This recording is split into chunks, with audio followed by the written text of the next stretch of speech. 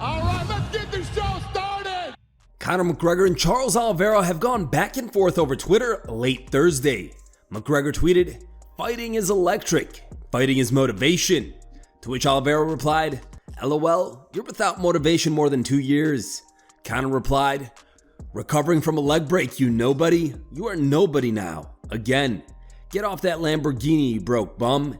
In a since-deleted tweet, McGregor also threw the Chandler fight into question and voiced a desire to fight Justin Gaethje and Nate Diaz in the near future. McGregor tweeted, "Regardless of that nonsense match, me and Nate will be completing the trilogy. I'm going to grab that BMF belt right quick for us to compete for it in the trilogy.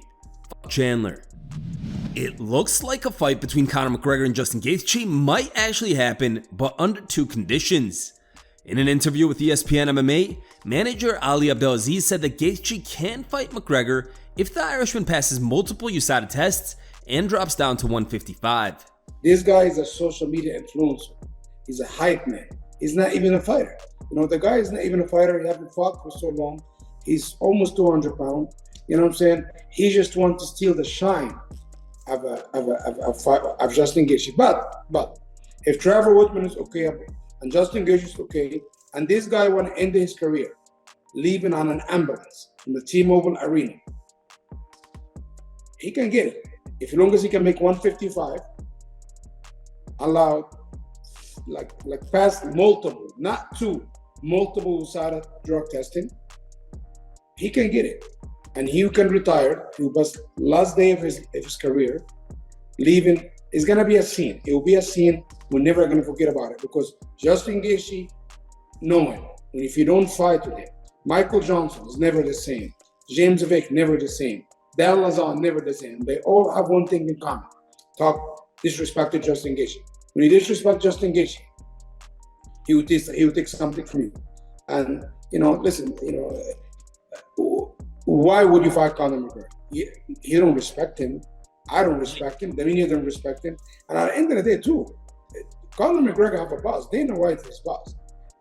They spend a lot of money on the Ultimate Fighter. You got to tell him, shut the hell up, get in line, and you're gonna fight Mike Chandler, right? The beef between Jamahal Hill and Ariel Helwani continues.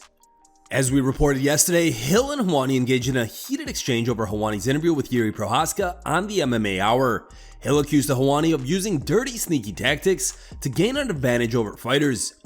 In response, Helwani claimed that Hill had misinterpreted his words and invited him to appear on his show to discuss the matter further. Now, Hill posted a video to his YouTube channel where he exposed Ariel, who claimed that their last text conversation was cordial. Again, you can't keep it real.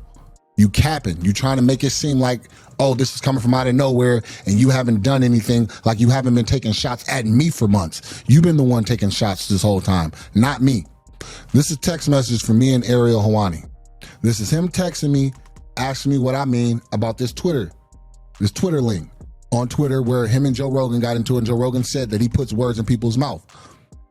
And he said he didn't do it. And my question on the tweet was, what was our interview? So he's asking me, what was that? And I say, what do you think? I asked you first. Not really. The post in itself was a question. Then he goes back and shares an old text message saying where I said, I enjoy our exchanges. All right, cool. Completely irrelevant. Then I go to, yeah, I watched our video back and I feel that you really did some whole ass shit. Are you being serious? How was what you did not? Right? So our last text conversation was not cordial and it was not nice. But he will try to say that to make it seem like he doesn't know where this is coming from. And it's coming from out of nowhere. And if you look on the data there, that's from February. In addition, Hill declined Helwani's invitation to appear on the MMA Hour and instead extended an invitation for Helwani to come on his own podcast to discuss their disagreement. You can come in studio, or I can connect you via Zoom and we can talk about it.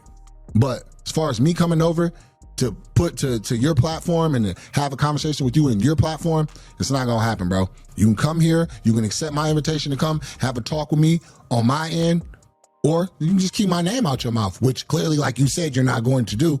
So the move is on you. The beef between Helwani and Hill has sparked widespread discussion among the MMA community on social media. Here are some reactions. One fan wrote, "Greatest victim portrayer of all time. Ariel plays that victim card so well, man. I can't believe I ever took his side on the UFC stuff." People act like Nick Diaz didn't expose Ariel in 2011 with the "people like you get slapped."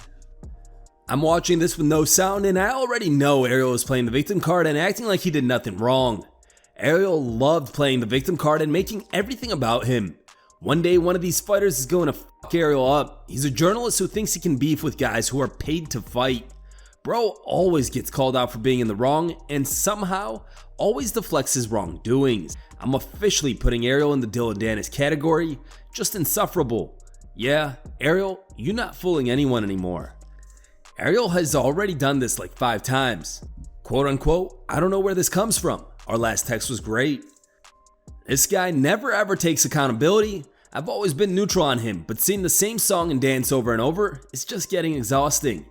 We stand with Jamahal Hill. This weasel yet again fails to take accountability. While speaking on his Timbo Sugar show, Sean O'Malley shared his thoughts on Tony Ferguson's recent loss to Bobby Green. Many believe that Tony should retire, but O'Malley says that Tony deserves one more shot. Bobby Green versus Tony Ferguson. Tony Ferguson on a 6-fight losing streak, entering his prime though, so that's fucking encouraging if you're a Tony Ferguson fan. Bobby Green looked fucking slick on the feet, throwing his 1-2s, his 2-1s, just fucking from his hip, fast. Tony was eating him until he was sleeping on him. Yeah, I mean, he said he just looked a little weathered. His hair looked gray. His body just looked like kind of just a little bit older and beat down. I should give him one more. Is it 5-fight losing streak now? 6. Hey, he almost dropped. He dropped him. He dropped. He Bobby. did. It was like So I would have been like, more? for sure. I don't want to count Tony out ever. I don't either. So Tony versus Gaethje 9. rematch. 9-fight losing streak. Then it's Give him one more and give him an old guy. I like that. Tony versus Gaethje rematch for the BMF. Listen to who he lost to though. Gaethje, Charles Oliveira, Beneil Dariush, Michael Chandler, Nate Diaz, Bobby Green. He's not losing turds. Here are the top 3 memes we found on the internet today. Third place was found over Reddit and was posted by a user named Hammer Smashed Face. Our second place meme was also found over Reddit and was posted by a user named Young Tex. And our top pick of the day was found over Instagram and was posted by a user named Daily Dose MMA. Thank you guys for watching. If you liked the video, please leave a like and subscribe to our channel to keep up with the latest MMA news.